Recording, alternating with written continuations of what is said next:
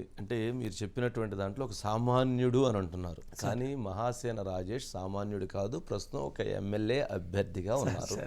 ఒకటి నెంబర్ 1. కానీ మీరు చేసినటువంటి కామెంట్స్ చెప్తున్నారు 7 సంవత్సరాల క్రితం చేసినటువంటి కామెంట్స్ అని. వాటిల్లో మీరు మాట్లాడినటువంటి వాటిలో తప్పు ఉందా లేదా? ఇప్పుడు చూస్తే అది తప్పే సార్, తప్పుగానే అనిపిస్తుంది. దానికి మీరు పశ్చాత్తాపం పడుతున్నారు? నేను పశ్చాత్తాపడ్డాను సార్. ఇప్పటికే నేను ఎప్పుడు 5 సంవత్సరాల క్రితమే రిలీజ్ అయిపోయానండి. ఓకే, 5 సంవత్సరాల క్రితమే ఓకే, నేను ఈ కామెంట్స్ మీద సారీ చెప్పాను సార్. పవన్ కళ్యాణ్ గారి మీద చేసిన కామెంట్స్కి సారీ చెప్పాను. అప్పుడు జగన్మోహన్ రెడ్డి పార్టీలో ఉన్నప్పుడు సార్ హేట్ రేట్ పెంచుతాడండి అతను.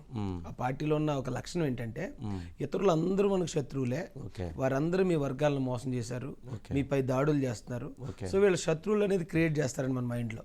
సో అప్పుడు మనకి అర్థం కాదు సార్ అది నిజంగానే వాళ్ళ శత్రువులేమో అనుకుని మనం వారి మీద అటాక్ చేస్తాం. ఇప్పుడు కూడా చూడండి, వైసీపీలో ఉన్న ఆ పేటీఎం పిల్లలు తిడతా ఉంటారు ఈ అమరావతి ప్రాంత ప్రజల మీద, ఉత్తరాంధ్ర వాళ్ళకి, రాయలసీమ వాళ్ళకి హేట్రేట్ ఎలా పెంచుతారండి.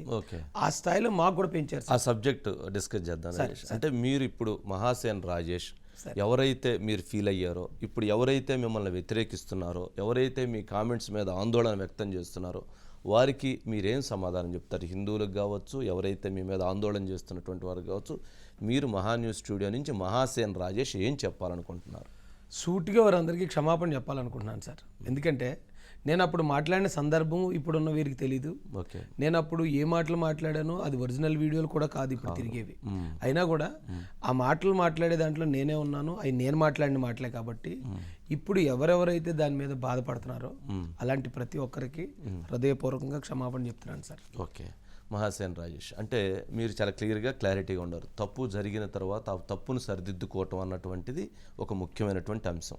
ఒక మహాసేన రాజేష్ అనేటువంటి వ్యక్తి చేసినటువంటి కామెంట్స్ అవి ఇప్పుడు మీరు శాసనసభలోకి, చట్టసభల్లోకి అడుగు పెడుతున్నటువంటి సందర్భంలో, అడుగు పెట్టాలని ప్రయత్నం చేస్తున్నటువంటి సందర్భంలో జరుగుతున్నటువంటి ఒక పెద్ద వివాదం.